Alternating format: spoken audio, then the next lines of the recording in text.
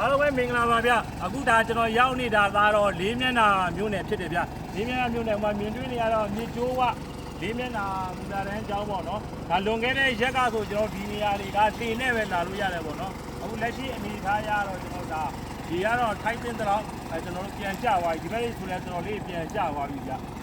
လွန်ခဲ့တဲ့ဆက်ဆက်ရောက်ချင်း3ရက်လောက်ကကျွန်တော်ရောက်တာဒီနားကကျွန်တော်ဒီလောက်ရှိတယ်ဗျဒီလောက်အနက်ရှိတယ်ပေါ့နော်အခုမျိုးတော့ဒီဘက်ရက်ွက်တွေတောက်ချောက်ဆိုလဲကျွန်တော်တို့ဒါဒီကတော်တော်လေးကြာသွားပြီဟိုမှာတော့ဒါပေါ့ဒီတိုင်းတန်ရောနေဒီတောက်ချောက်ကိုကြည့်ကြည့်မယ်လို့ဒီကြာချင်းတော့ကျွန်တော်ဒီဘက်ကြောကြားလို့ရပါလို့ခုကျွန်တော်ကားဝင်လို့ရတာပေါ့နော်ဒီမှာဘောလုံးကြီးနဲ့ဖုံးကြောင်းကြီးတယ်ဟိုဘက်ဒီမှာလဲကျွန်တော်ထိုင်းတင်တော့ဒါကြာတင်တော့ကျွန်တော်တို့ဒီရေတွေကကြာသွားတာကိုတွေ့ရပါတယ်ဗျာနော်ရှေးကြောက်ပြီးတော့လဲဒီကြာကိုဖိုးနိုင်မယ်ဆိုရင်အမြန်ဆုံးဒီနေရာရေကြာမှုနေသွားပြီးပြည်သူတွေပြန်လဲပြီးတော့မှနေနိုင်မှာဖြစ်တယ်ဒါပေမဲ့အခုမြင်တွေ့ရတာအောက်မှာကတ္တရလမ်းမှာဆိုရှွန့်နေရှိတယ်အဲ့တော့နေအိမ်အောက်ထပ်တွေကတော့ရှွန့်နေစီးတွေစာတင်ကျောင်းတွေဘာတွေကတော့ဝင်မဲ့အနေထားနဲ့